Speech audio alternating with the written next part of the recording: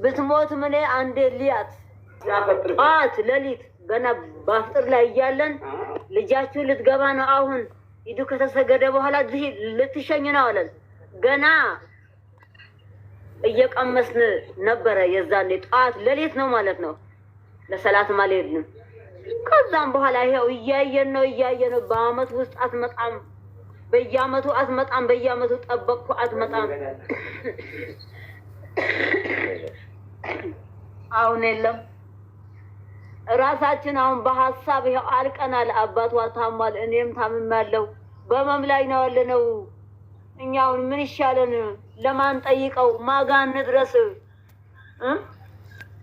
ማ ቢሰማ ነው የሚሻለው አረ ምን ይሻለን እኛ ምን ይሻለና ነው ኦሬዲ የለችም ማለት ይቻላል እና ምንድነው የሚጠብቁት ነው ባካችሁ ድምፅ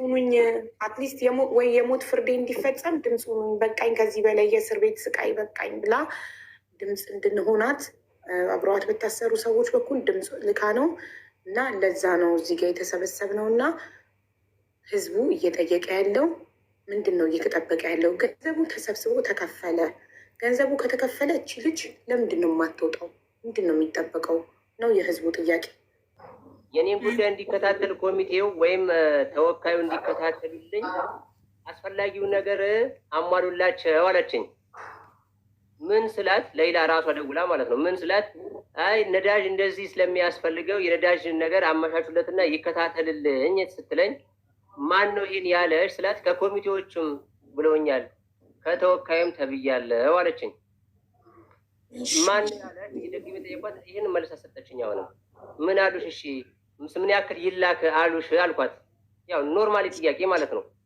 እሺ ከዛ ምን ያክል ይላክ ሲልሽ አይ ይሄን ያህል አላሉኝም ማለት ነው ግን ለነዳጅ አንድ አስፈላጊ ወጪ ያስፈልጋል አሉኝ አለችኝ ከዛ እኔም ደግሞ በይሌላ አሁን ለኔ ያልሽኝን ነገር ለማዘርም ለፋዘርም ለከድርም ንገሪያቸው እኔ እሺ ብዬ ቃል ለመግባት በእጄ ገንዘብ የለም እኔ ኖሮኝ አድርጌ አንቺ ነፃ ብትወጪ ደስ ይለኛል ግን ገንዘቡ ያለው እነሱ ጋር ስለሆነ ከነሱ ጋር ለኔ ያልሽኝን ነገር አውሪያት አልኳት የኔ እናት አለች ወይም የሌላ አያት እያለች አብረን ነው ቁጭ ባለበት የደወለችኝ የነበረውና ይሄን ካለችኝ በኋላ እኔ ጋር አልደወለች ነው የመጨረሻ ቃሏ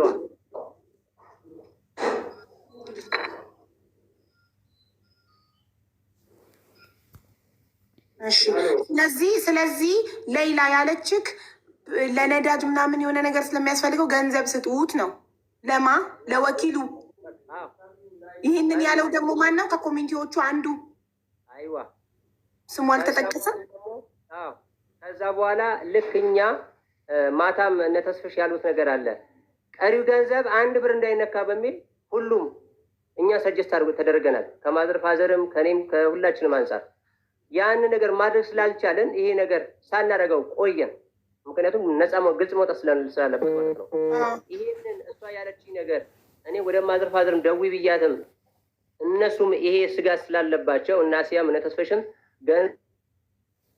ለእሷ ነው የሚውለው ብለው አቋም ስላስቀመጥን እኛም ስለተስማማን ይሄ ገንዘብ ሊነካ አልፈለግንም እኛ በመሰረቱ ከዛ እሷ ምንድነው ያደረገችው እዛው እስር ቤት ላይ እያለች ሌላ ሊላሂ ብሎ የሚሰጣትን ሰው ለቃቅማ ሰደቃ ሰጣትን ሰው ለቃቅማ 1000 ሪያል ደግሞ ሌላ ሰው ገንዘብ በሚሰበሰብ ሰዓት ካርድ ሸጠች አንድ እህታችን ነበረች እሷም 1000 ሪያል ወደዛ ልካ 4000 ሪያል ተሰጥቷል አለችኝ ራሷ ሌላ ማለት ነው እንጂ 4000 ሪያል ለማን ነው ከ10000 ሪያሉ ውጪ አንዱ አረብ ቪዚት ሊያረጋት ከሰጣት እሱ በፊት ነው ኦኬ እሺ ይሄ 4000 ሪያል መቼ ነው የተሰጠው 4000 ሪያል በቅርብ ጊዜ ነው አለ ኤቪደንሱም እሱ ያለችብኝ ቮይስ አለ ያን ፈልጋለሁ እኔ ለማን ነው የተሰጠው ለተወካይ ነው ለተወካይ ጥሩ እኔ ጥሪ አቅርቤለት ነበር ቪዲዮ ላይ ኮሚቴዎቹ መጥተው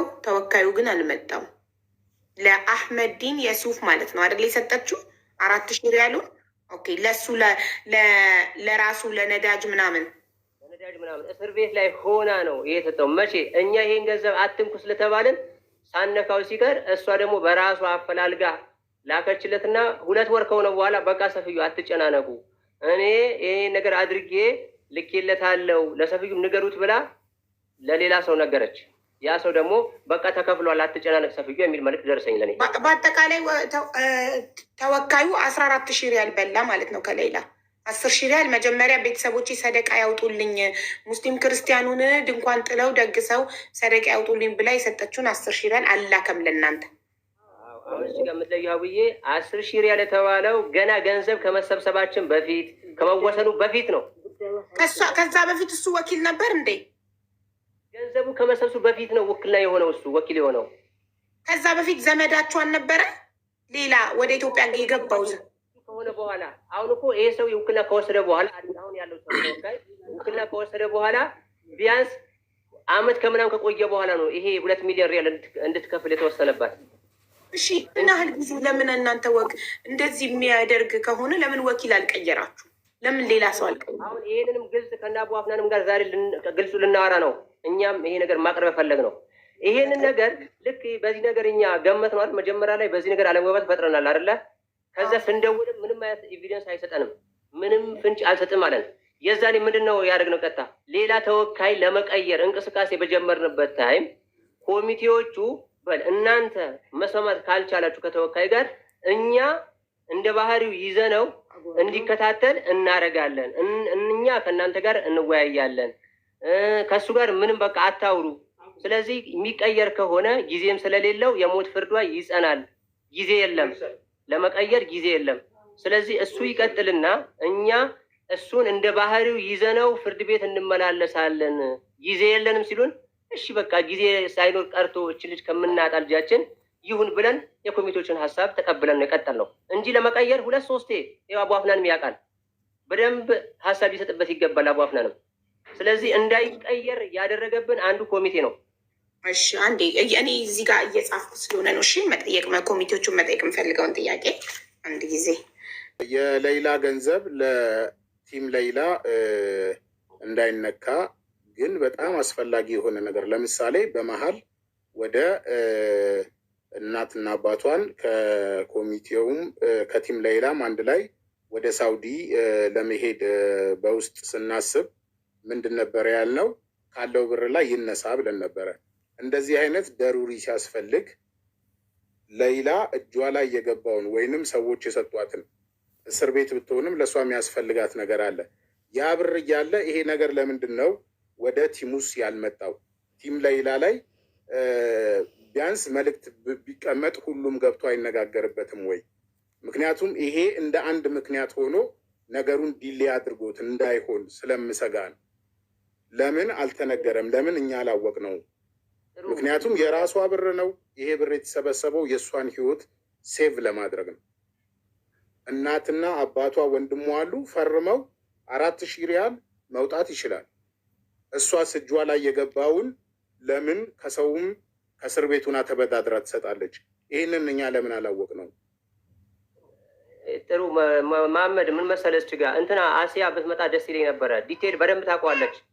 ከቲም ሌላ ውስጥ አንድን ጉዳይ ቀድሞ ሲመጣ መጀመሪያ ኢንፎርም እናደርጋት እሷ ነች። ምክንያቱም ጋይድ እያደረገች ነበረ የዛኔ ቲም ሌላ ላይ እና ይሄ ጉዳይ በሚገባ ከድርም ያውቃል።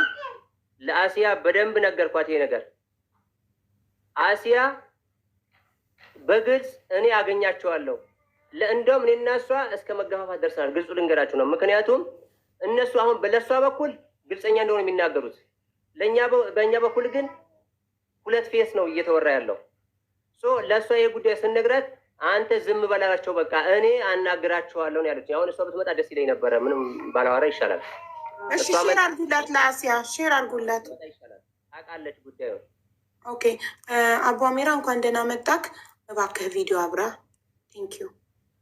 እኔም ራሱ እናትና አባቷ ጋር ድረስ እጄ ሙታጅራ የሆነ ሰፍዩን ታውቃላችሁ። አንዴ ማማጣንሽ ሙታጅራ ድረስ እጄ ነው የቀረጽኩት የሌላን ጉዳይና በጣም ብዙ የደከምንበት ጉዳይ ነው። ከዛም በላይ ደግሞ በጣም ብዙ የኢትዮጵያኖች የደከሙበት ገንዘባቸውን ያወጡበት ጉዳይ ነው እና ጉዳዩ ከቀን ወደ ቀን ሲሪየስ እየሆነ ነው የመጣው። የህይወቷ ጉዳይ እንዲህ በጣም ብዙ የተደከመበት ነገር ከንቱ ሆኖ እንዳይቀር የእሷም ህይወት አስጊ ደረጃ ላይ ስለሆነ ያለው ያው እንግዲህ ይህንን ከእናት ከአባት ከወንድም ፊት መናገሩ አግባብ ነው ብዬ አላስብም። ስጋት ውስጥ እንዳያድሩ ግን የህይወቷ ጉዳይ በጣም ሲሪየስ እየሆነ ስለ ይህን ከሰማሁ እኔ ከ2 ወር በላይ ሆኑኛል። ያው ኮሚቴዎች ጋር በመሀል እየተነጋገርኩ እባካችሁ አፍጥኑላት እያልኩ ብዙ እየተጨቃጨኩኝ ያው ወደ ሚዲያ የሚወጣ ነገርም ስላልሆነ በውስጥ ማድረግ ያለብኝን እያደረኩ ስለነበረ ነው። አሁን ግን ያው ከርባን ይላል ተበላሽቷል። ኦልሬዲ ምን ወጥቷል ሚዲያ ላይ ህይወቷ አስጊ ሁኔታ ላይ ነው ያለው። ምን እናርግ? ምን እናግዛት? የሪያድ ኤምባሲ ላይ ደርሷል ብሎናል አቡ አፍናን። ያው እንግዲህ እኛ ኮሚኒኬት የምናደርገው ከኮሚቴዎቹ 10 ወር 10 ምናምን ናቸው።